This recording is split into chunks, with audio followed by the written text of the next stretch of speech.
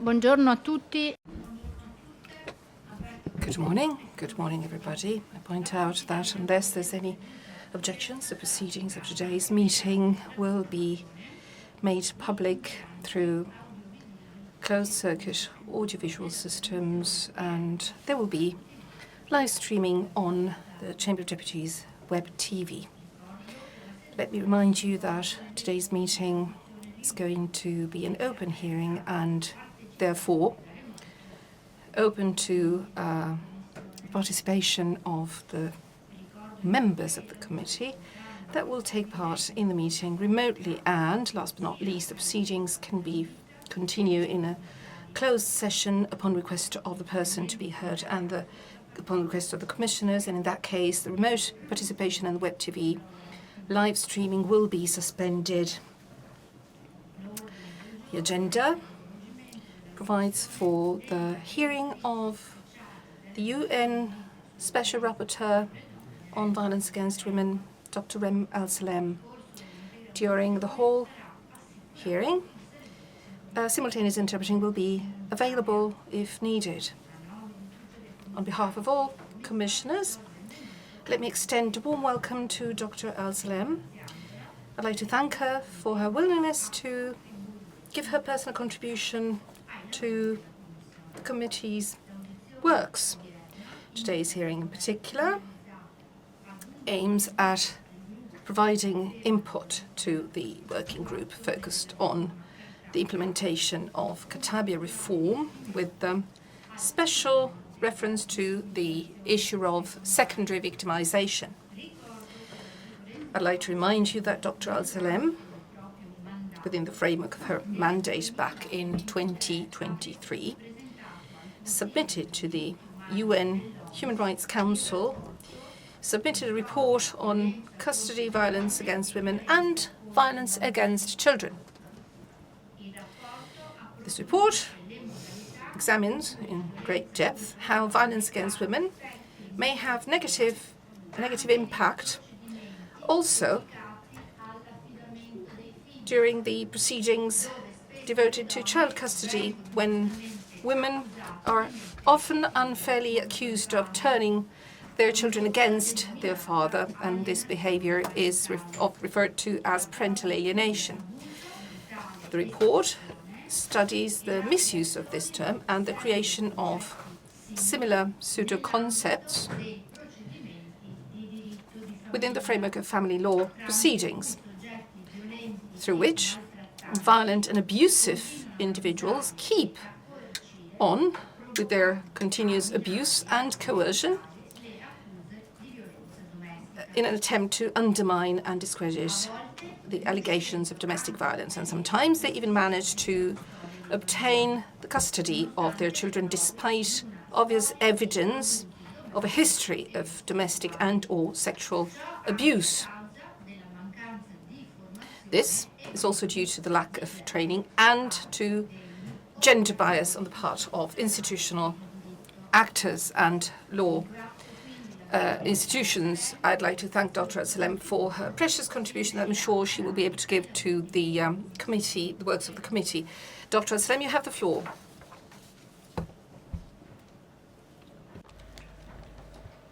Madam President, dear commissioners, it's an honor and a pleasure to address you here today, and thank you so much for the opportunity to be with you. As some of you may know, special rapporteurs are independent experts that are appointed by the Human Rights Council by virtue of their expertise on specific thematic issues or country situations. This mandate, the Special Rapporteur on Violence Against Women, was established in 1994, so it has existed for more than 30 years. And this is actually a testament to the value that this mandate has brought to international efforts to prevent all forms of violence against women and to assist and protect those violence, a form of violence that is actually at global levels worldwide. Now, we do this through a number of ways, through letters that we write to those that may be responsible for this violence, such as state and non-state actors, also businesses. We do this also through carrying out country visits, where we look at the overall situation in a country, the legal and policy frameworks that a country has in place to prevent and respond to violence, and we prepare also then a report containing the findings and recommendations in front of the Human Rights Council. And then we also do, as Madam President mentioned, through thematic reports. Now, I have to present 2 reports per year, one to the Human Rights Council and one to the General Assembly of the United Nations. And since we have a lot of leeway to decide how we write our reports and the subjects we write them on, I have decided, actually, since I became a mandate holder, that I would focus on issues of violence against women and girls that have not received sufficient attention, that have not been unpacked properly, or also new and emerging forms of violence. So I say this as a background to the short introduction I will give on my report, Child Custody, Violence Against Women and Children, because I felt that this was an issue that was not discussed sufficiently and was not understood sufficiently at global level, and that countries have not completely understood the human rights consequences of harmful child custody proceedings. So therefore, please consider this report as a contribution to the reflection that we should all be making on this issue.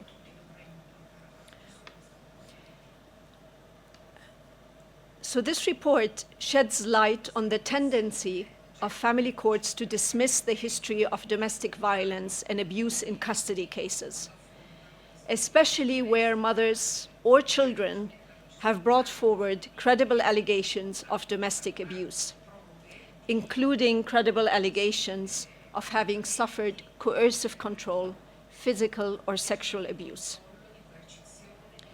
And what the report shows is that in numerous countries around the globe, family courts have tended to judge such allegations brought forward by mothers and or their children as false, or judge them as constituting deliberate efforts to manipulate their children and separate them from their fathers.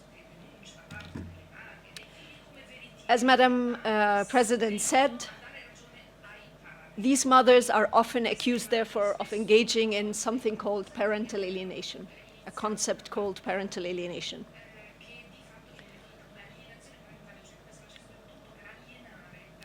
Now, there is no commonly accepted or official clinical or scientific definition of this term, parental alienation. But it is understood broadly to refer to the deliberate or unintentional acts that cause the unwarranted rejection by a child towards one of his or her parents, usually the father. And this concept was coined by someone called Richard Gardner, a psychologist who claimed that children alleging sexual abuse during high conflict divorces suffer from something called parental alienation syndrome, which caused mothers who have led their children to believe that they have been abused by their fathers and to raise wrong allegations of abuse against the fathers. And Mr. Gardner recommended severe remedies or severe acts to address this quote-unquote syndrome, including completely cutting off the mother from the child in order to deprogram the child. Now, as I have established in my report, this concept is actually a pseudo-concept. This concept lacks scientific and factual evidence, and has been criticized worldwide for its lack of empirical basis and for its problematic assertions about sexual abuse. Why? Because it reframes abuse claims as false tools for alienating a child from his father. And these kind of false accusations have dissuaded or convinced courts and evaluators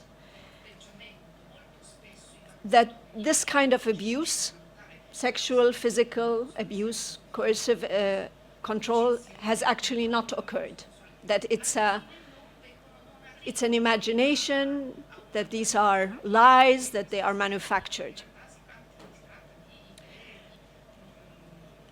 And in my report, I made it clear that the medical, psychiatric, and psychological associations around the world have dismissed this concept of parental alienation.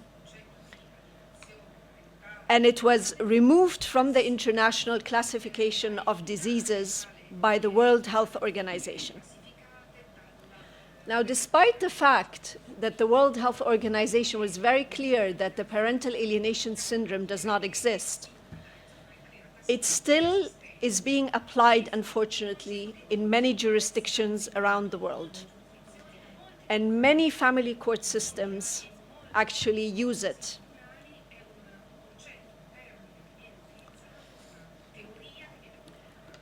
So my report then looks at the way in which family courts in different regions around the globe use the parental alienation concept or syndrome, or other iterations of that concept in child custody cases. And I have established that in many cases when they use this accusation of parentally alienating the child, courts ignore the histories of domestic violence and lead to the double victimization of the victims of such violence. And so I make a number of recommendations to states and others on how, therefore, to remedy this situation. I also show that this use of this parental alienation concept is highly gendered. By that I mean it's often weaponized and used against the mothers, predominantly.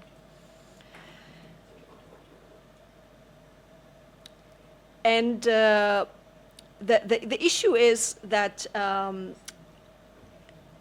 the gendered use of the parental alienation syndrome means also that when the father is accused of perpetrating violence, he often weaponizes the concept of parental alienation in order to distract from the accusation that he has committed sexual or physical abuse, either against the mother or the child. So it becomes a legal strategy, often used in courts, in order for the court to stop focusing really on the issue that matters, which are these credible allegations, and get the court to believe that these are all inventions, false allegations. And the problem with that is that what happens is that in many courts then, the judiciary decides to take at face value the accusations of alienating the child that the father makes and disbelieve the mother. This happens in many jurisdictions around the world. And often the mother then is not just disbelieved, she is also punished by the judiciary, by the courts, for raising then claims for bringing forward these reports that either she or her child have been aggressed or abused. Now, the report also shows that it's not just the judiciary that plays along in this or is part of this failure, but also family and child experts. They also fail to take into consideration the previous history of domestic violence against this woman or the child, and may often also recommend to the court or confirm to the court that there is a situation, a deliberate situation of alienating the child from the father by the mother. Now, you may ask me, how come this happens? And my response to you is because there is a whole business that is established around the concept of parental alienation. So this business thrives on the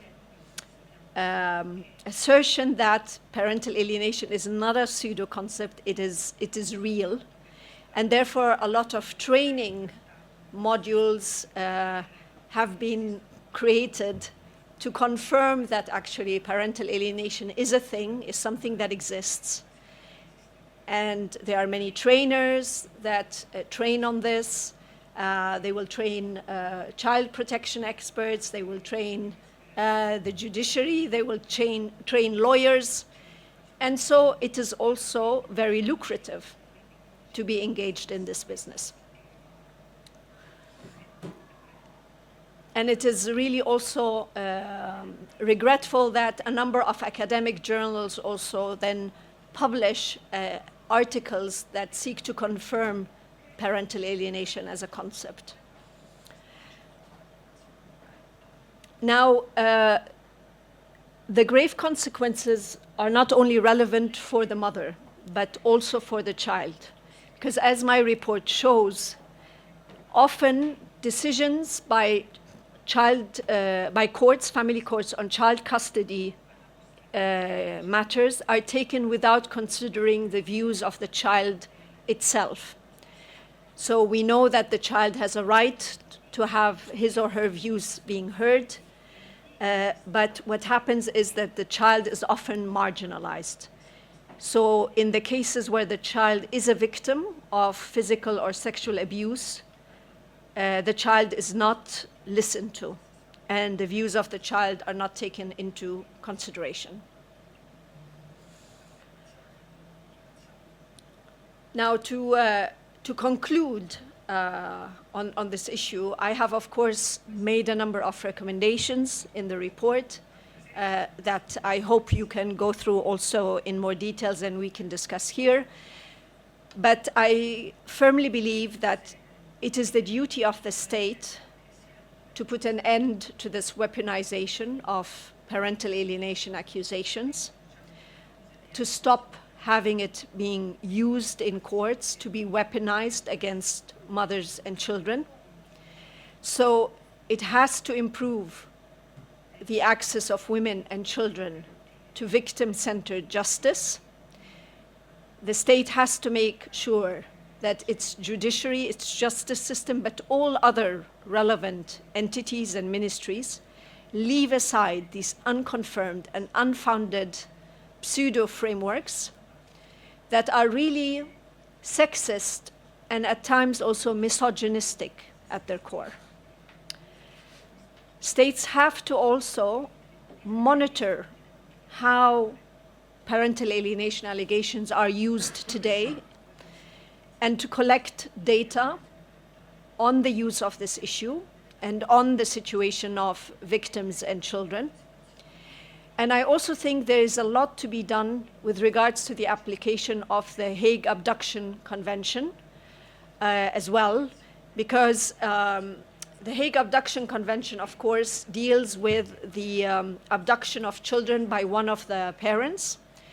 But the way the Hague Abduction Convention is applied today is that the many women that flee with their children because they cannot get justice in the countries where they reside are then forced through the Hague Abduction Convention to return the child to a situation of abuse. So because of the failures at national level to listen to and believe the mother or the child, mothers find themselves often in impossible situations where they have to take these drastic measures. And I'm happy to discuss with you in more details what I think needs to be done with regards to the Hague Abduction Convention, because the Hague Abduction Convention includes a number of articles that allow the country where the fleeing mother and the child reside not to return the child if it is determined that the life or the safety of the child would be in danger. But right now, many children are being returned without due consideration of the conditions to which they are being returned to. They are being returned to the arms of their abuser, including, I may say, in Italy or by Italy.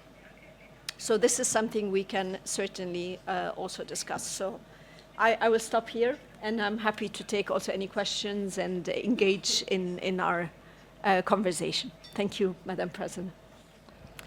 Grazie, dottoressa Alsalem. Chiedo ai colleghi. Thank you very much. I would like now to ask my colleagues whether they have any questions, please. If I may. Yes, first of all, I wish to thank the UN Special Rapporteur for this hearing. You need to speak a bit more slowly because we have simultaneous translation. Can you hear me, madam? Okay, and we also have sign language interpretation today for those of you who are following remotely.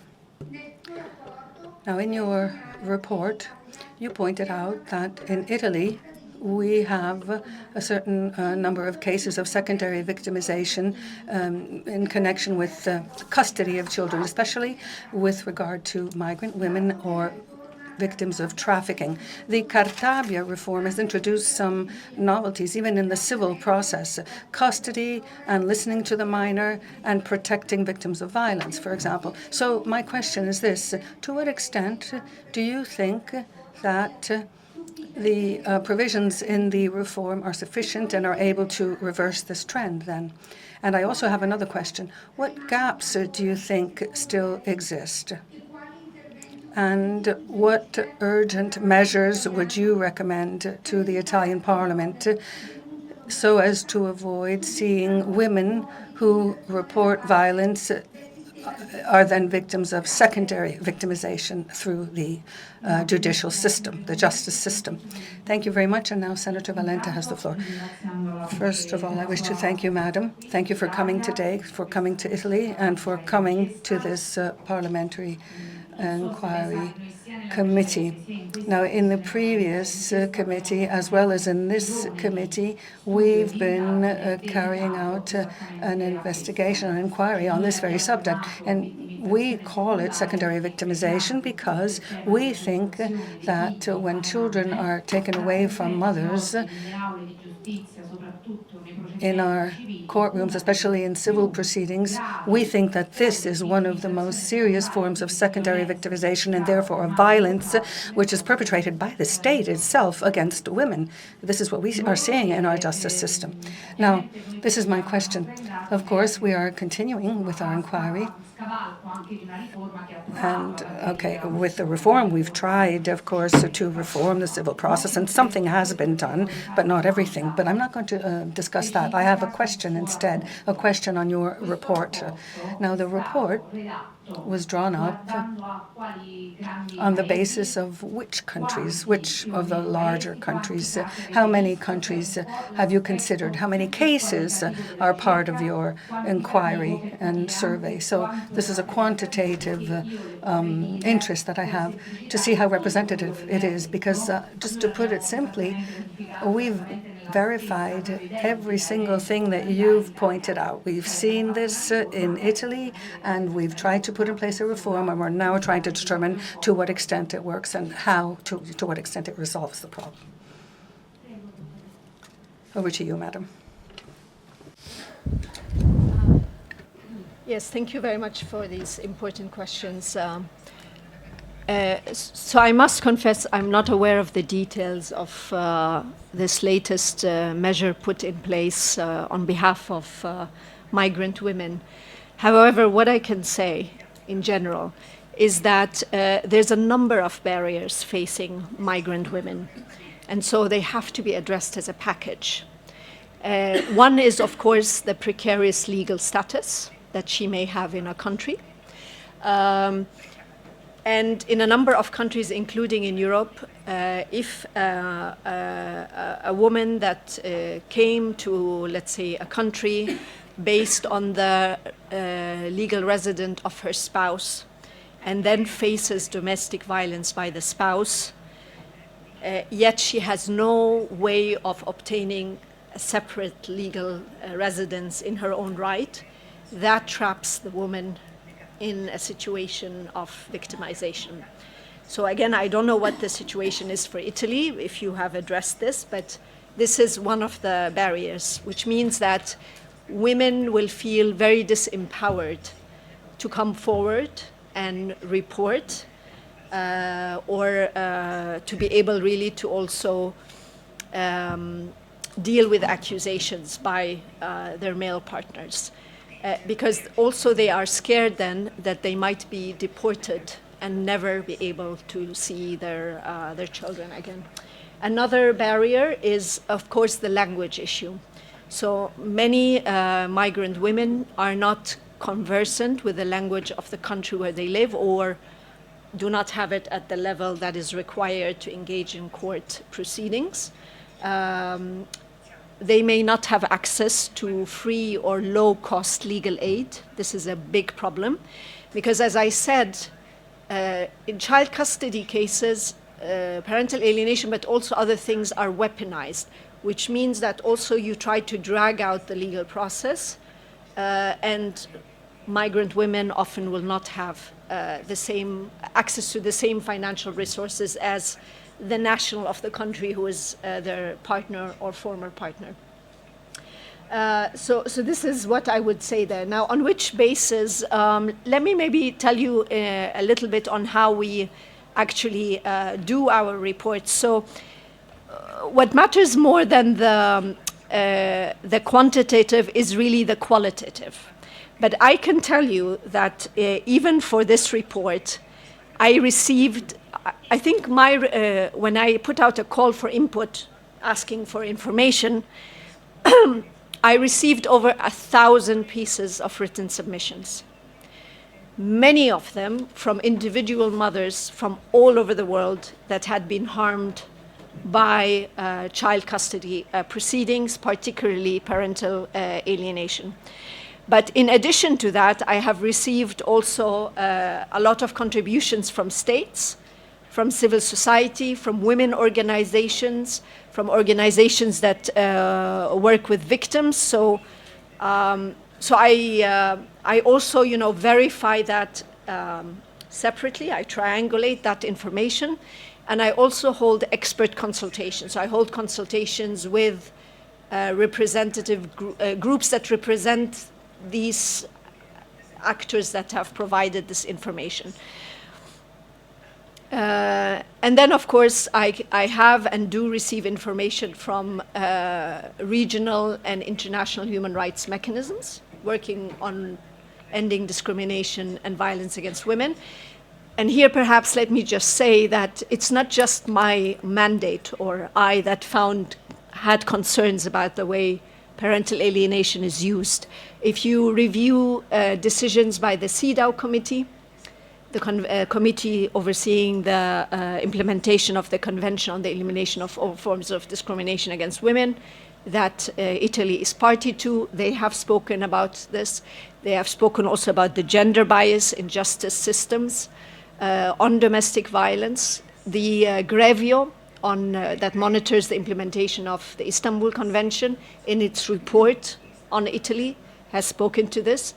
MESECVI, which monitors the implementation of the Belém do Pará Convention in the Americas, has also condemned the weaponization of parental alienation and other pseudo concepts. So the fact that there is wide consensus has also helped me make this case. It confirms basically what we know.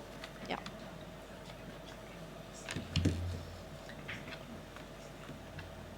Prego, onorevole Ferrari, e poi abbiamo il senatore Sensi. Senatore Sensi, vuole Andrea.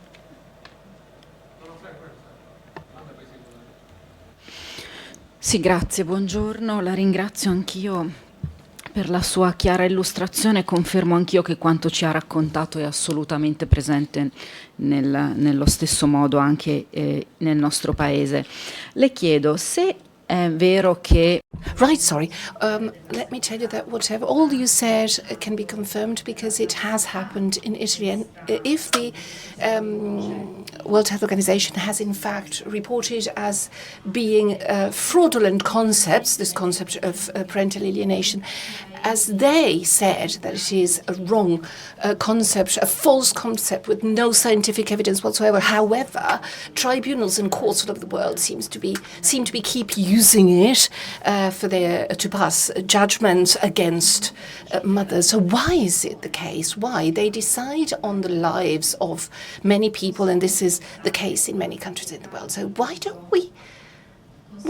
we decide to forbid the use of this term, of this concept, of this non-existent, unscientifical, non-scientific concept, forbidding the use of it, saying that it is so false, because if internationally courts at international level keep using it, then there will be no end to it. And maybe, and my question is addressed to the current committee, maybe this committee might help our Dr. Alsalem, providing her with all the data and information that we've been collecting over the past few years, since that we are approaching the end of our work, and maybe just to help her have a more complete framework and picture of the Italian situation. It might be useful. Yes, thank you very much, Ms. Ferrari. As for our committee, we've been carrying out a very important job under the leadership of Mr. Valente. We have an inquiry, a group that is carrying out an inquiry on the job, and we will give Dr. Alsalem, will provide her with the results of this research study and give her all the document that we have gathered, as Ms. Valente and the other speaker rightly said. Mr. Sensi, yes, thank you, President. Madam President, I'd like to apologize because I have a prior engagement in another committee, so I will have to leave before the end. But I'd like to ask a question. You referred to this sort of superstitious attitude, the syndrome of parental alienation, and you referred to the sizable economic consequence that revolves around this supposedly scientific theory. My question to you is, do you feel a very strong pressure on the part of these lobbies, because they are lobbying, it's a lobbying activity, these are international groups. Do you think they have exerted pressure on your kind of work as well? And what kind of pressure have they actually exerted, quite apart from the fact that they tend to defend their own interests? Thank you.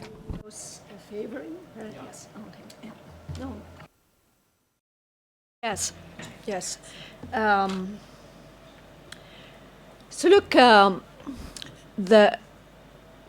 not many countries in their legal system may very clearly name or indicate a position on the use of parental alienation. Some of them, for example, including, for example, in the past, I don't know now, Spain, when it removed or the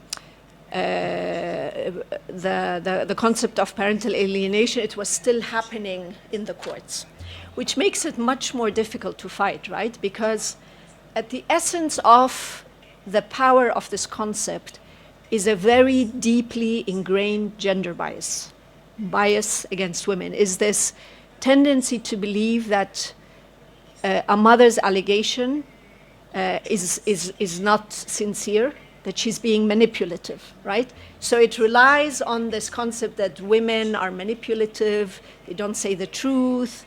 That's one. And the other element that makes this approach so entrenched is that there is the belief in society, but also amongst law enforcement and the judiciary, that it is in the best interest of the child to always have contact with both parents, irrespective of what happens. And it's therefore astounding, and I have seen cases like this, where the judge will accept that something happened to the child. He or she may not even question whether the abuse happened, but the final assessment will still be, yes, but we have to not cut the child from his father. And this is a catastrophe, if you ask me. It flies in the face of all the rights of the child and their well-being. And you know, because in a number of courts, when you use parental alienation allegations, it automatically inverts the table against the mother.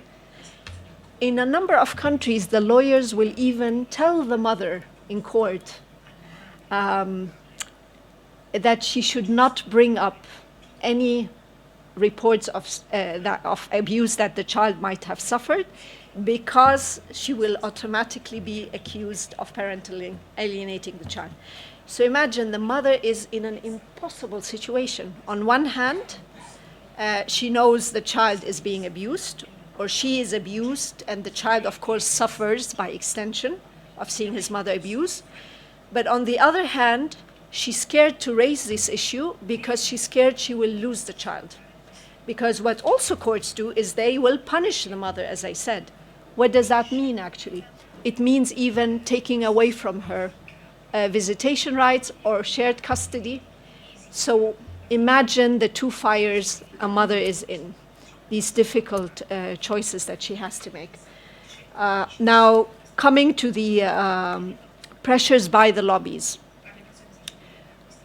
So when I first issued my report, there was a huge wave of attack by influential lobbies, which unfortunately also includes father lobbies. But also not only, it also includes, you know, the lawyers that benefit from parental alienation industry, as I call it, the trainers, everybody who basically benefits. They try to undermine the report, they try to discredit it.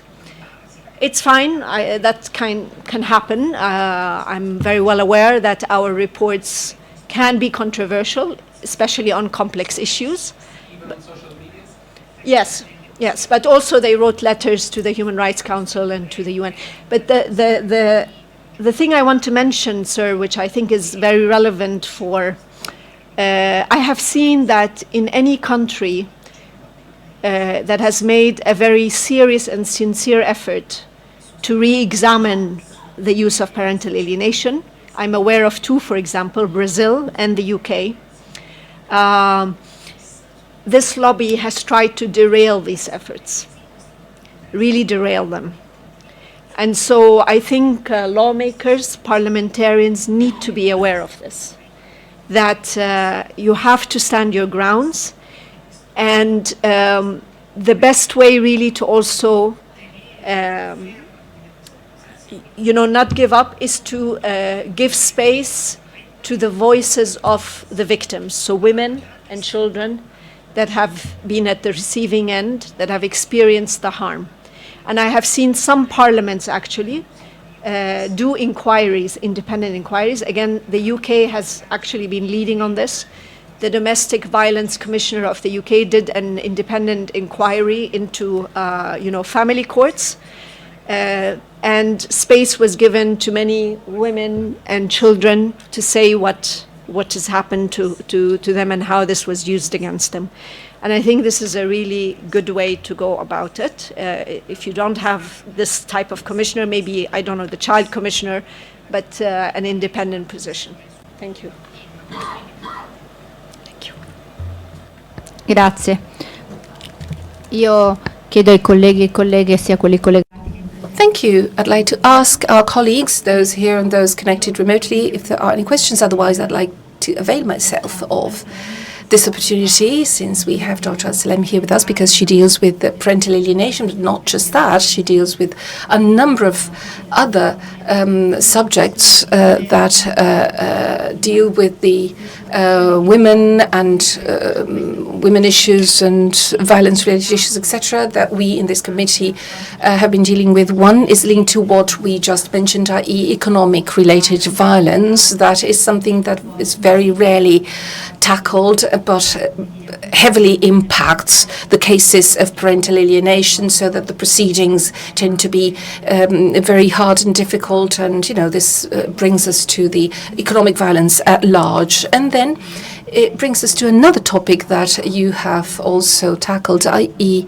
online violence. Maybe as a way of conclusion, if you can maybe, we can also briefly mention, considering your work, amazing work that you've been carrying out, we can also talk about this because it has to do with gender-related violence, and not to mention the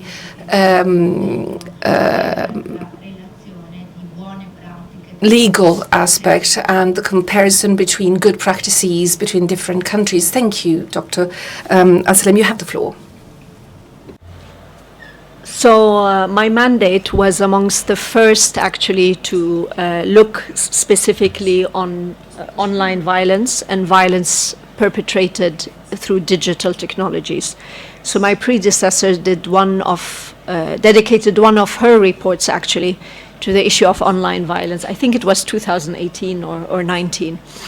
That was a groundbreaking report because until then, this issue of, again, the gendered experiences of women and girls of violence in online spaces had not been really discussed in a very sort of clear way.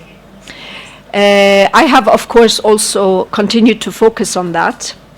Now, as you all know, those that are particularly affected by online violence are women that are visible in society and that speak their mind on issues that are important to women.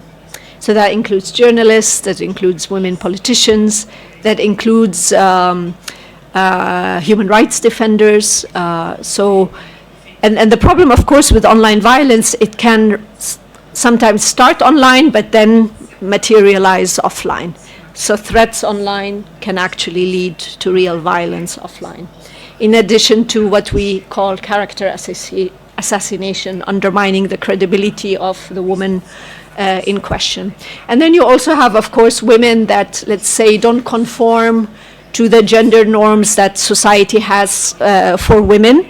So that can include women that are, for example, lesbians. It can also include women that don't want to be restricted by the rules that society has. Now, since I became rapporteur, I have continued to focus on this. And I have in my report to the Human Rights Council in June looked at artificial intelligence and other kind of digital technology perpetrated violence like deep fakes, and also pornography, which I consider as a form of online violence against women. Pornography and all this thing that we see like deep fakes is very harmful, not just for women and girls, but for society at large, because it allows the continued sexualization and commodification of the bodies of women and girls.